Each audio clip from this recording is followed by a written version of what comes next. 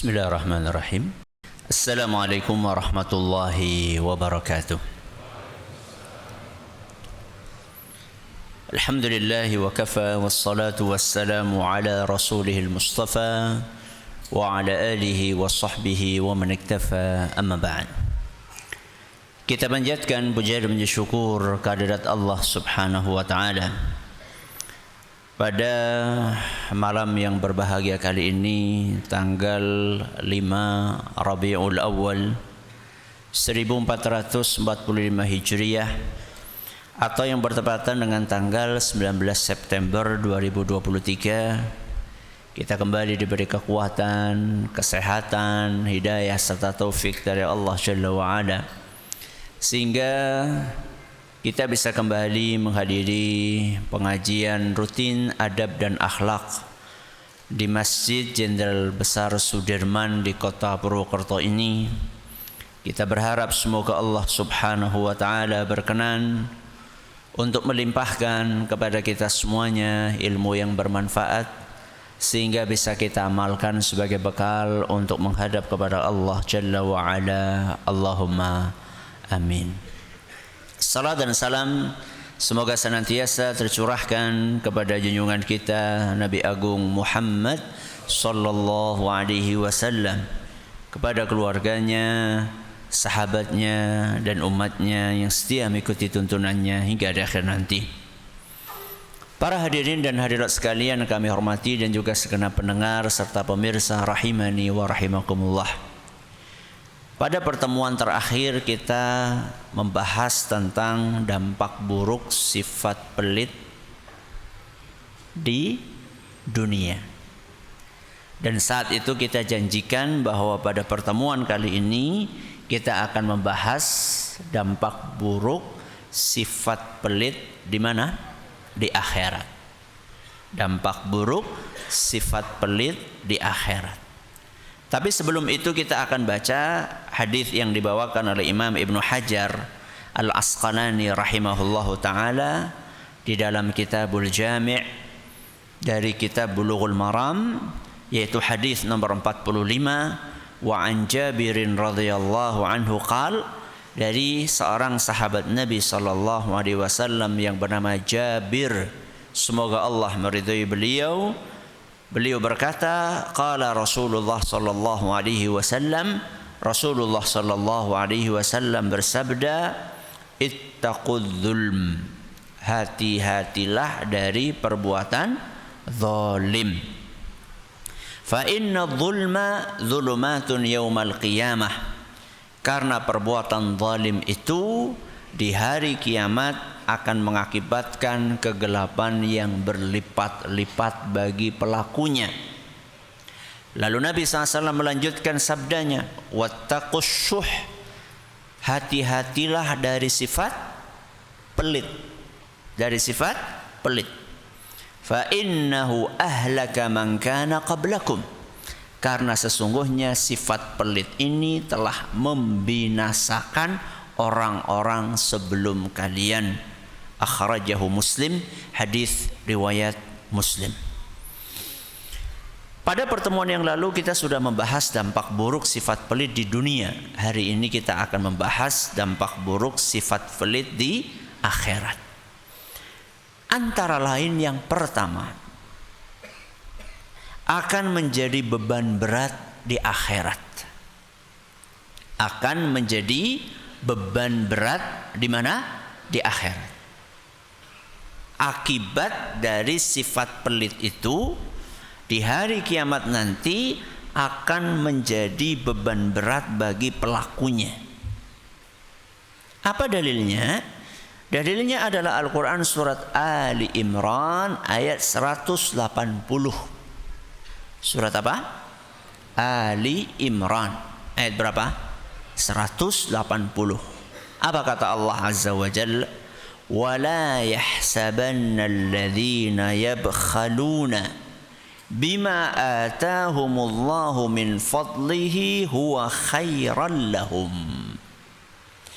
Orang-orang yang pelit, orang-orang yang pelit, dengan karunia yang telah Allah berikan kepada mereka. Jangan pernah sekali-kali menyangka bahwa itu baik buat dia. Orang-orang yang pelit terhadap karunia yang telah Allah berikan kepada mereka, jangan pernah menyangka sekalipun bahwa itu baik buat mereka, bahwa itu menguntungkan mereka. Orang pikir ketika dia punya duit 1 M dan kena zakat berapa? 2,5%. Berapa? 25 juta. Betul ya? Jangan pernah berpikir bahwa ketika 25 juta ini tidak dikeluarkan, itu akan menguntungkan dia. Karena orang kan berpikirnya seperti itu. Kalau dikeluarin 2,5%-nya, yang 1 M itu jadi berapa? 975 juta. Berarti berkurang atau bertambah? Berkurang. Untung apa rugi? Mesem. Mesem pahit apa mesem apa ini? Untung apa rugi? Buat orang yang pelit, dia pikir itu rugi. Kalau tidak dia keluarkan, dia pikir itu menguntungkan. Maka Allah katakan, jangan pernah berpikir sifat pelit dia itu akan baik buat dia, akan menguntungkan dia. Terus apa kata Allah Azza wa Jalla? Bal huwa syarrul lahum. Justru kepelitan dia itu akan mengakibatkan keburukan buat dia. Dia pikir baik, malah sebenarnya apa? Buruk. Dia pikir menguntungkan, malah merugikan. Buruk buat dunianya atau buat akhiratnya? Buat dunia dan akhiratnya. Buruk buat agamanya, ya, atau buat pribadinya, semuanya. Buruk buat dunianya, buruk buat akhiratnya, buruk buat dunianya, buat agamanya, buat pribadinya, buat keluarganya.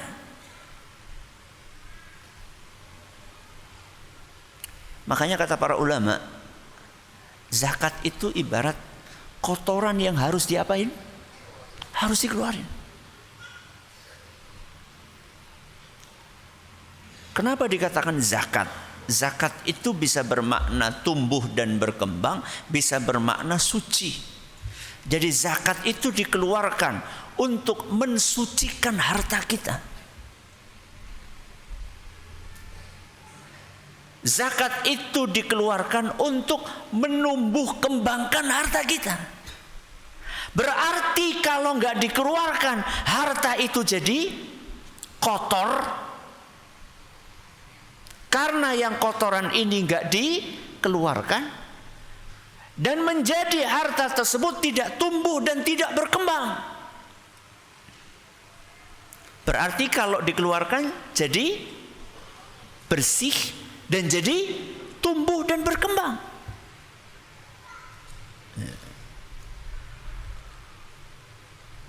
Bayangkan sesuatu yang kotor, kemudian kita masukkan ke dalam perut kita. Apa jadinya? Sakit. Ya. Nasi basi, ya sudah dibuang di mana? Tempat sampah, terus dikonsumsi. Apa akibatnya? Sakit perut. Sesuatu yang kotor kita masukkan ke dalam perut kita, bikin penyakit. Kita berikan kepada anak dan istri kita, bikin penyakit. Penyakit jasmani apa rohani? Hah? Dua-duanya. Mulane bojone angel di omongi. Kayak siapa? Ya kayak bojone. Makanya istrinya susah diomongin. Kayak siapa? Kayak suaminya. Sama aja, sama-sama makan barang haram. Makanya anaknya susah banget dinasehati. Kayak siapa? Kayak bapaknya. Sama aja karena sama-sama makan barang haram. Jadi ketika kita sakit, baik itu sakit jasmani atau sakit rohani, itu jangan hanya kita berpikir sesuatu yang sifatnya medis saja. Iya betul, sesuatu yang sifatnya medis perlu kita cari tahu. Ini sakit perut karena apa? Ya. Ini sakit kepala karena apa? Minum obat apa? Betul. Tapi enggak semuanya itu akibat dari sesuatu yang sifatnya medis. Ada enggak orang sakit perut kemudian dilakukan screening lengkap selengkap-lengkapnya, ternyata hasil dari screening itu enggak ada apa-apa? Ada. Banyak. Ya. Dicek ginjalnya, dicek jantungnya, dicek apanya lagi? Livernya. Bahkan dilakukan endoskopi, dimasukin, dilihat sehat. Ya. Kok tetap apa? Sakit perut. Apa semuanya diukur dengan medis? Enggak semuanya diukur dengan medis. Penyakit-penyakit yang dialami oleh seseorang bisa jadi adalah karena masalah-masalah aturan-aturan agama yang tidak dijalankan oleh orang yang melakukannya. Maka kata Allah Azza wa Jalla, bal huwa syarrul lahum. Justru sifat pelit itu akan mengakibatkan keburukan, akan berakibat buruk, akan merugikan orang tersebut. Kemudian apa kata Allah? Ini yang perlu kita garis bawahi. Sayutawwaquna ma bakhilu bihi yaumal qiyamah. Harta-harta yang tidak dia keluarkan itu akibat sifat pelit dia akan dibebankan. Makanya tadi akibat atau dampak buruk yang pertama apa? Menjadi beban berat di hari kiamat. Akan dibebankan di tengkuknya, di lehernya pada hari kiamat.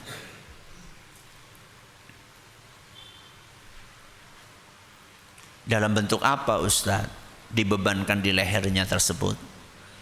Di dalam Sahih Bukhari. Di dalam Sahih Bukhari, Nabi kita sallallahu alaihi wasallam menjelaskan teknis pembebanan harta yang tidak dikeluarkan zakatnya di hari kiamat itu seperti apa?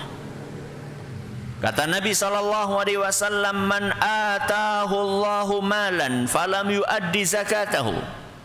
Barang siapa yang diberi oleh Allah Azza wa Jalla harta dan dia tidak keluarkan zakatnya. Harta berupa uang atau berupa hewan ternak? Semua harta.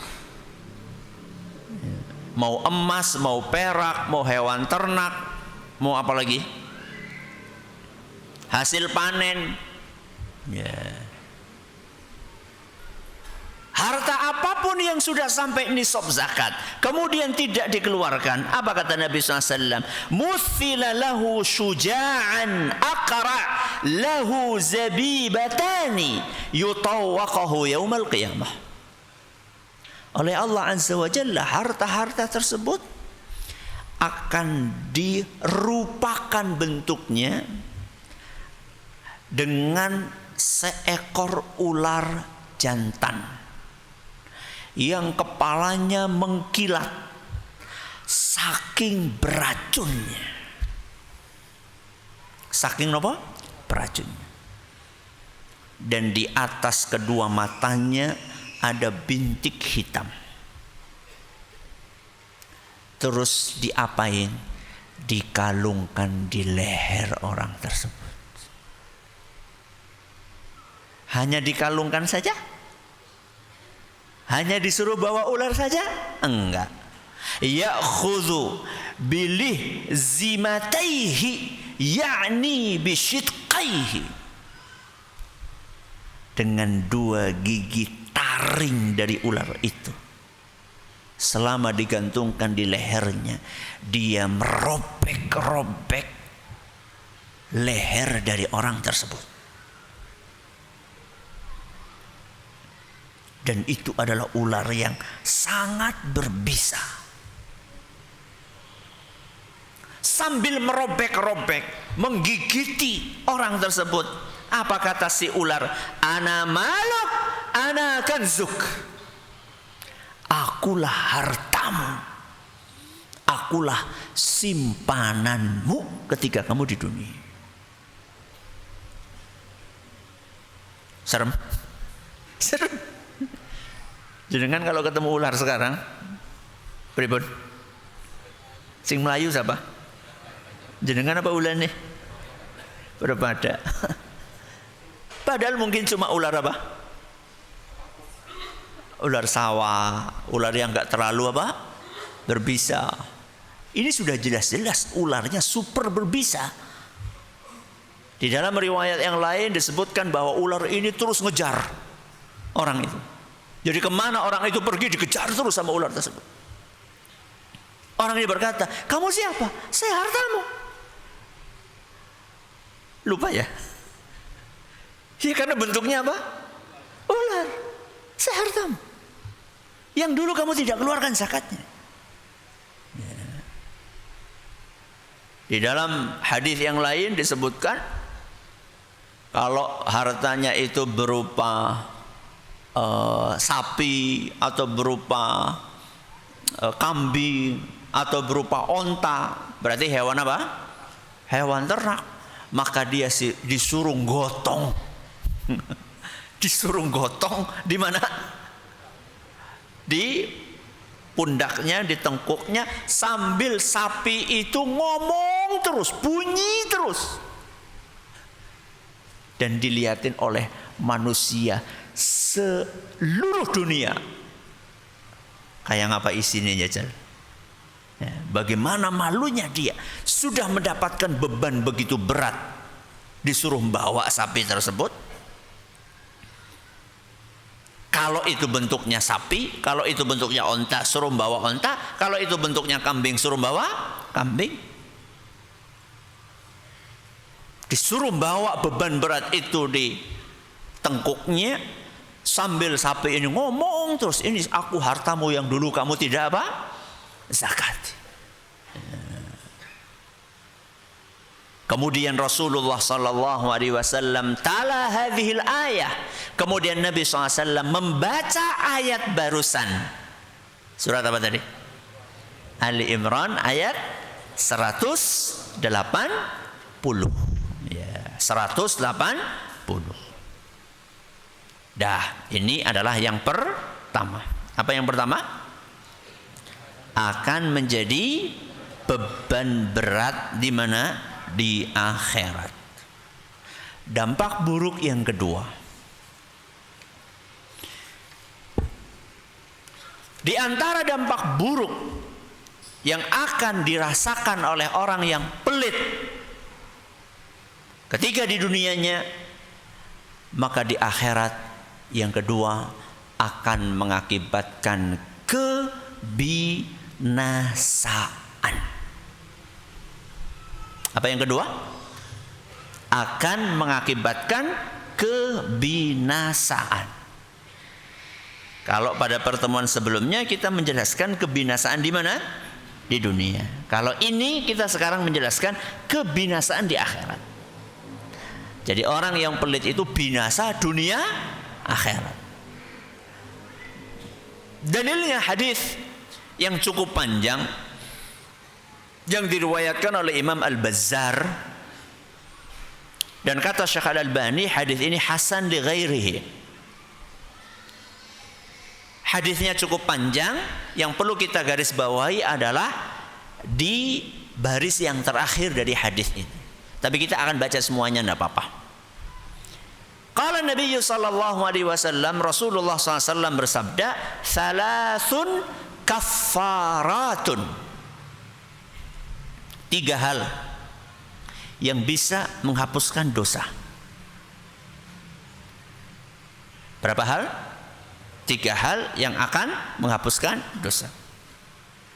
Wa salasun darajatun. Dan ada 3 hal yang akan mengangkat derajat seseorang. 3 hal akan apa? Mengangkat derajat seseorang. Wa salasun munjiyatun. Dan ada 3 hal yang akan menyelamatkan seseorang. Dan yang terakhir, ini yang perlu kita garis bawahi. Wa salasun muhlikatun.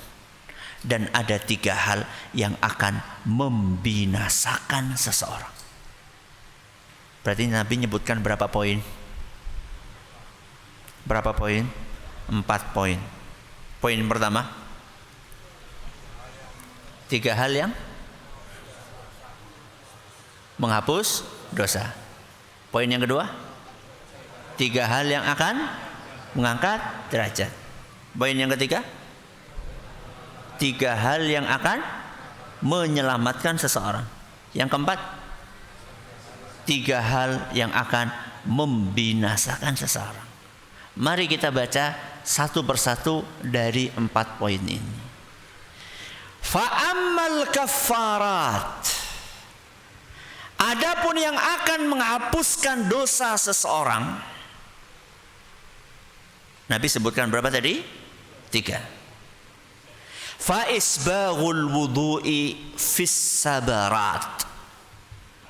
Yang pertama, menyempurnakan wudu di saat musim dingin. Apa? Menyempurnakan wudu di saat musim dingin. Kenapa musim dingin? Karena berat. Karena berat. Pengennya kalau musim dingin gue wudune ya asal-asalan lah. Ya. Kalaupun membasuh ya basuh sekali aja, nggak perlu berapa? 3 kali gitu ya. Kalaupun nganu kepala ya kur pluk. Ya. Bahkan ada yang tayamum, sakit enggak tayamum. Kalau sakit sih tidak masalah tayamum, mau sakit enggak kok tayamum. Padahal kalau baca ayat Al-Quran yang berbicara tentang wudu, wamsahu biru'usikum, usaplah kepala kalian. Jadi Allah enggak menyuruh usaplah batuk kalian. Orang kan sebagian wudu cuma gini aja, pluk. Itu bukan kepala. Kepala itu berarti dari mana? Ini muka. Kepala mana? Mulai dari awal tumbuhnya rambut sampai akhir tumbuhnya rambut, itu kepala. Mulai dari awal tumbuhnya rambut. Nah, koran rambut ya Ustaz. Ya dari awal tumbuh normalnya aja. Awal tumbuhnya normal kan di sini. Makanya Nabi SAW kasih contoh. Fa'aqbala wa adbara. Nabi SAW setelah membasahi apa? Tangannya, Nabi SAW letakkan di awal tumbuhnya rambut, kemudian dibawa kemana? Ke belakang, setelah sampai ke belakang terus dibawa ke depan. Ya rusak Ustaz. Apa nek? Apa nek? Jambule. Ora apa-apa. Kurgani apa? Sungkatan maning apa ngele? Apa susah? Bisa nggo pomit ya. Akhirnya ada kuretul gitu. Jadi ketika kita menyempurnakan wudhu kita, menyempurnakan wudhu berarti kalau tangan ya sampai mana? Sampai siku betul-betul basah. Yang menyempurnakan wudhu itu enggak identik dengan boros air ya. Enggak. Sebagian orang mengira wudhu sempurna itu dengan membuka keran full. Membuka keran full. Jos gitu. Sampai kanan kirinya pada apa? Keceretan gitu. Enggak ada hubungannya sama itu. Ya. Justru Nabi SAW mengajari kita supaya hemat air, irit air. Kata Nabi SAW, walau kunta fi nahrin jarin, sekalipun engkau wudhunya itu di sungai yang mengalir deras, suruh ngirit. Apalagi bukan di sungai, apalagi di mana? Di keran. Sing marakakan listrik kayak masjid jadi apa? Boros gitu. Ngapain sih buka full, ngapain? Buang-buang air aja. Cukup berapa? Separuh masih besar. Cukup 1/4, 1/3. Ya. Yang penting itu bukan air yang terbuang banyak. Yang penting itu anggota wudhunya itu basah beneran. Ya. Nabi pernah wudhu pakai air segini. Segini nih. Telapak tangan ini. Bahkan lebih banyak ini. Coba ada yang bilang wudhu Nabi nggak sempurna? Angkat tangan. Wudhu yang paling sempurna itu wudhunya siapa? Rasulullah SAW. Ya. Yang pertama, menyempurnakan wudhu di musim dingin. Apa yang kedua? Wantidharus salawati ba'da salawat. Nunggu datangnya solat setelah solat. Setelah solat nunggu datangnya solat. Contohnya, siki sekarang habis maghrib jenengan nunggu duduk di sini sampai datang solat berikutnya, itu akan menghapuskan dosa-dosa. Apalagi nunggunya sambil ngaji, walah dahsyat itu. Ya. Bulannya aja bosen ngaji. Ya. Yang keberapa ini? Yang kedua. Yang ketiga, kata Nabi SAW, wa naqlul aqdami ilal jumu'at, dan melangkahkan kaki berangkat sholat Jumat. Di dalam riwayat yang lain berangkat sholat jamaah. Naqlul aqdam, melangkahkan kaki. Berarti jalan. Apa? Jalan. Semakin banyak langkah yang dilangkahkan, semakin banyak telapak kaki yang kita langkahkan, maka semakin banyak dosa yang akan berguguran. Berarti nek rumah jenengan jauh dari masjid, alhamdulillah napa mboten? Hah? Alhamdulillah numpak motor. Ada sebagian ulama ya terhitung juga. Ya, terhitung juga. Tapi ada sebagian ulama mengatakan ini kan Nabi katakan kaki, langkah kaki. Makanya di zaman Nabi SAW ada sebagian sahabat yang rumahnya jauh dari Masjid Nabawi. Mereka ditawari untuk tinggal dekat mana? Masjid. Maka kemudian dinasehati ya oleh Nabi SAW bahwa langkah-langkah kalian ini akan ditulis sebagai pahala oleh Allah Azza wa Jalla. Ya. Berarti yang rumahnya sudah dekat masjid pindah ya? Ya enggak juga. Ya. Enggak juga. Ya. Yang sudah jauh kalau memang mau dekat enggak apa-apa, yang sudah dekat enggak usah apa? Menjauh. Intinya adalah kita berangkat ke mana? Masjid. Ya. Dan tidak banyak mengeluh dengan alasan jarak yang jauh. Ya. Berarti sudah berapa ini? 3 hal yang akan menggugurkan dosa. Apa yang pertama? Wudu, menyempurnakan wudu di musim dingin. Apa yang kedua? Menunggu sholat setelah sholat. Yang ketiga? Melangkahkan kaki menuju Jumatan atau sholat jamaah. Sekarang kita pindah poin yang kedua. Wa ammad darajat.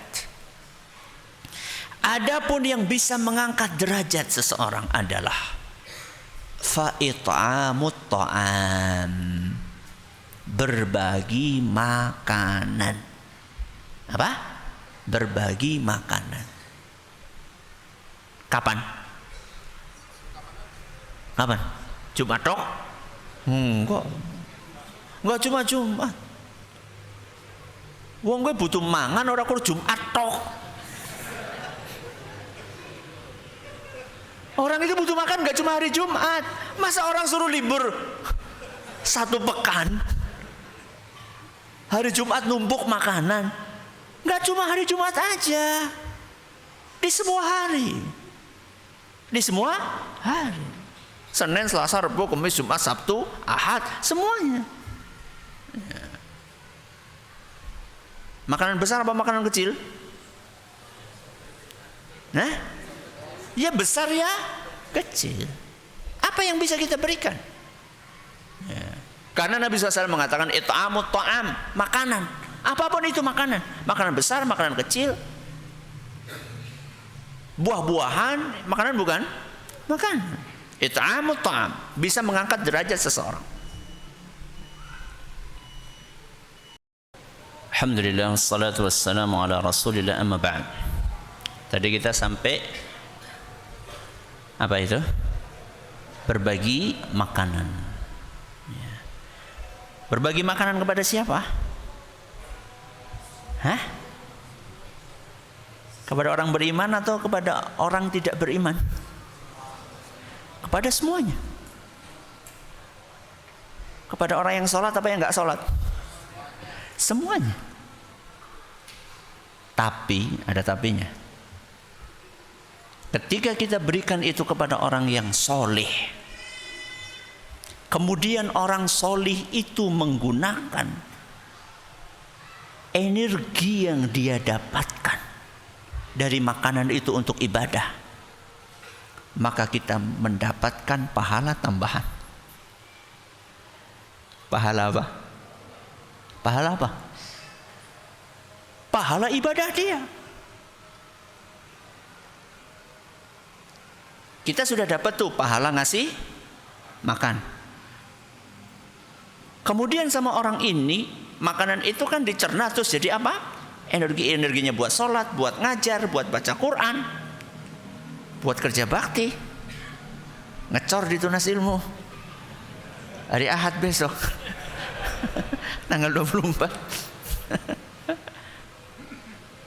Itu jenengan dapat pahala, bukan hanya pahala ngasih makan, pahala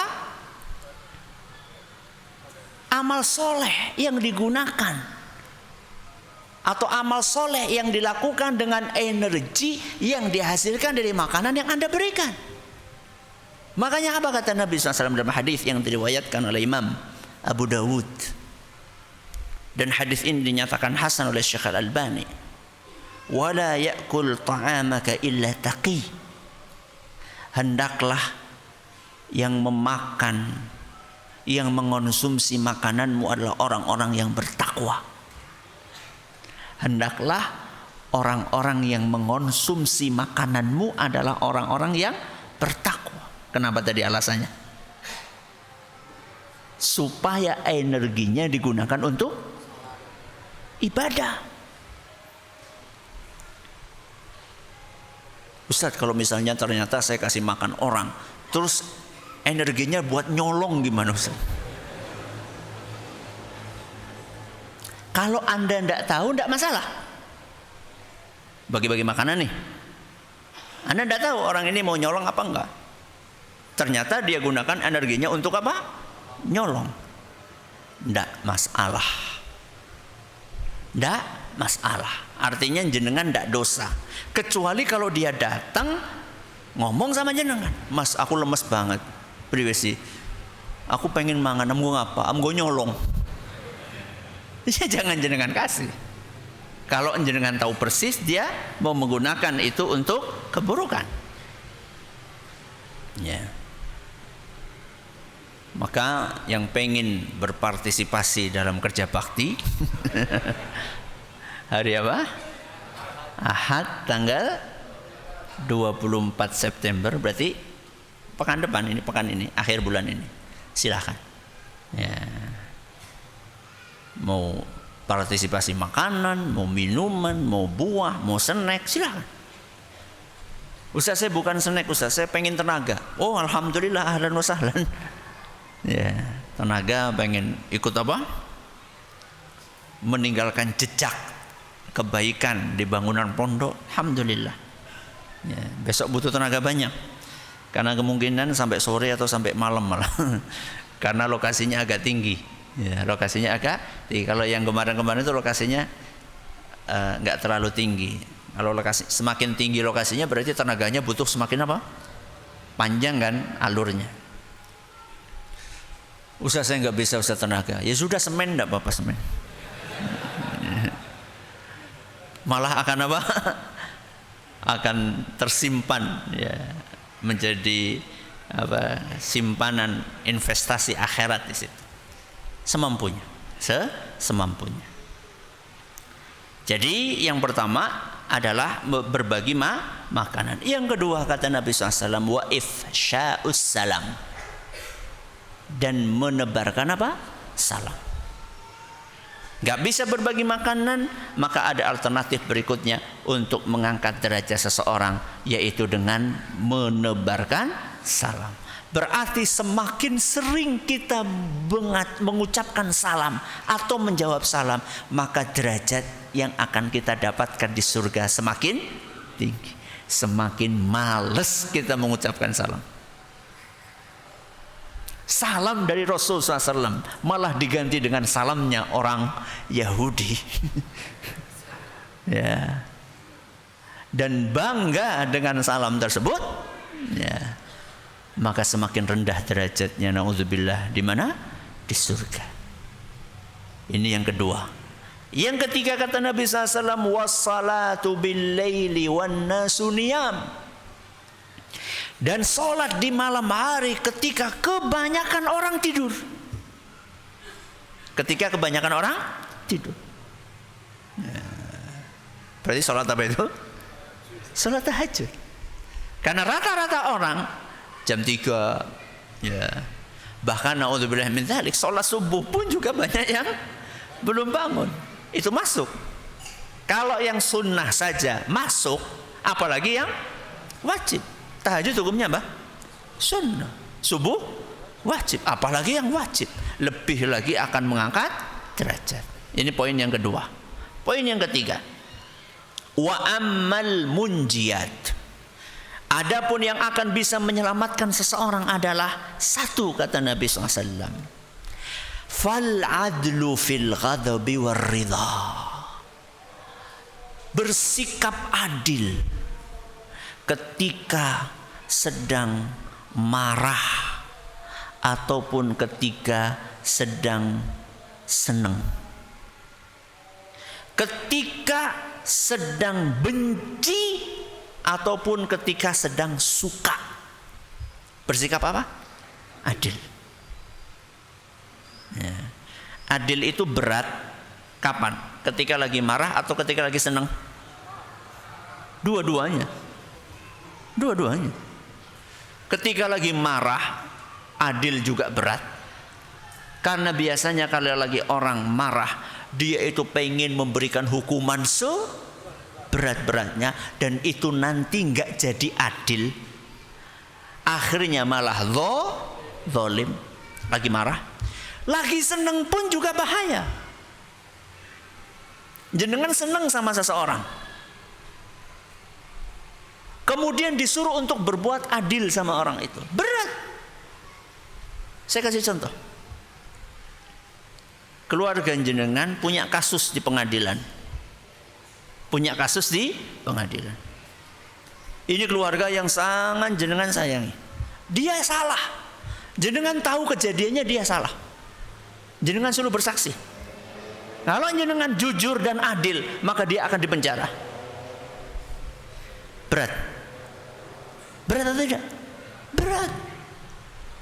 Ya, makanya dua kondisi ini, lagi benci ataupun lagi senang, ya, lagi marah ataupun lagi senang, lagi suka, kita harus berbuat adil. Ketika kita adil, kita akan selamat. Terus yang kedua, apa kata Nabi SAW? Wal qasdu fil faqri wal ghina. Tetap bersikap proporsional saat miskin ataupun ketika sedang kaya. Tetap bersikap apa? Proporsional ketika sedang miskin, lagi bangkrut, ataupun ketika harta berlimpah. Itu juga berat. Ya. Banyak orang nggak mau berinfak ketika lagi miskin. Banyak orang menghambur-hamburkan harta ketika lagi kaya. Ini dua-duanya tidak proporsional. Kemudian yang ketiga kata Nabi SAW, wa khasyatullahi fis sirri wal alaniyah. Dan tetap merasa takut kepada Allah ketika sendirian atau ketika di tengah orang banyak. Yang lebih berat yang mana? Yang lebih berat yang mana? Ketika sendirian. Jenengan pegang HP di masjid, di kanan kirinya banyak orang. Apa arep buka sing aneh-aneh? Hah? Enggak. Kenapa? Banyak orang jamaah pengajian. Kecuali nek ngumpulin nang ndi tempat-tempat yang nggak benar. Di masjid masa buka yang nggak benar? Pakai wifi masjid lagi. Ya. Tapi ketika lagi sendirian di kamar, nggak ada siapa-siapa. Habis itu dari dalam dikunci pula. Tetap takut sama Allah. Kalau tetap takut sama Allah, selamat kita, selamat. Selamat. Tetap takut kepada Allah ketika sendirian ataupun ketika di tengah orang banyak. Yang terakhir, poin yang keempat. Wa ammal muhlikat, adapun yang akan membinasakan seseorang. Yang pertama, fasyuhun muta'. Karakter pelit yang dituruti. Karakter pelit yang dituruti. Padahal seharusnya sifat pelit itu diapain? Dilawan. Ketika kita akan mengeluarkan zakat, maka saat itu sifat pelit kita menghalangi, ngebot-ngeboti, berat-berati. Kok kita nurut, binasa. Di dunia atau di akhirat? Di dunia dan di akhirat, kata Imam As-Sam'ani. Fi dunia wa fil akhirah. Makanya ini hadis saya bawakan di dalam poin yang kedua, mengakibatkan kebinasaan di dunia dan di akhirat. Salah satu bentuk kebinasaan di akhirat adalah tadi yang sudah kita bawakan di awal. Akan disiksa, disuruh membawa beban itu di hari kiamat. Dan yang kedua, kata Nabi SAW, wahawan muttaba, dan hawa nafsu yang juga dituruti. Hawa nafsu yang dituruti. Keluar dari masjid, kan yang keluar dari masjid kan enggak cuma putra, putri juga apa? Keluar dari masjid. Mak sliver kayak ini putih temen kayak. Ya. Hawa nafsu itu dorong untuk apa? Untuk melirik, enggak cuma melirik, melotot. Kok itu dituruti binasa? Berarti bagaimana? Ditahan. Dan yang terakhir kata Nabi SAW, wa i'jabul mar'i binafsihi, dan ketakjuban seseorang kepada dirinya sendiri. Ujub. Apa? Ujub. Ngaji kayak gini, hebatnya ya. Kancaku pada apa? Dolan kabeh nyongtok sing apa? Ngaji. Itu takjub dengan apa? Diri sendiri. Ya. Salat ya, khusyuk. Semesjid iki kudu nyongtok sing khusyuk. Takjub dengan apa? Diri sendiri. Ya. Itu akan membinasakan. Ini yang bisa kita pelajari pada kesempatan kali ini. Insya Allah kita akan lanjutkan pada pertemuan-pertemuan berikutnya. Jangan lupa kerja bakti. Tanggal berapa? 24 September hari Ahad. Kita akhiri dengan doa kafaratul majlis. Subhanakallahumma bihamdika asyhadu an la ilaha illa anta astaghfiruka wa atubu ilaik. Assalamualaikum warahmatullahi wabarakatuh.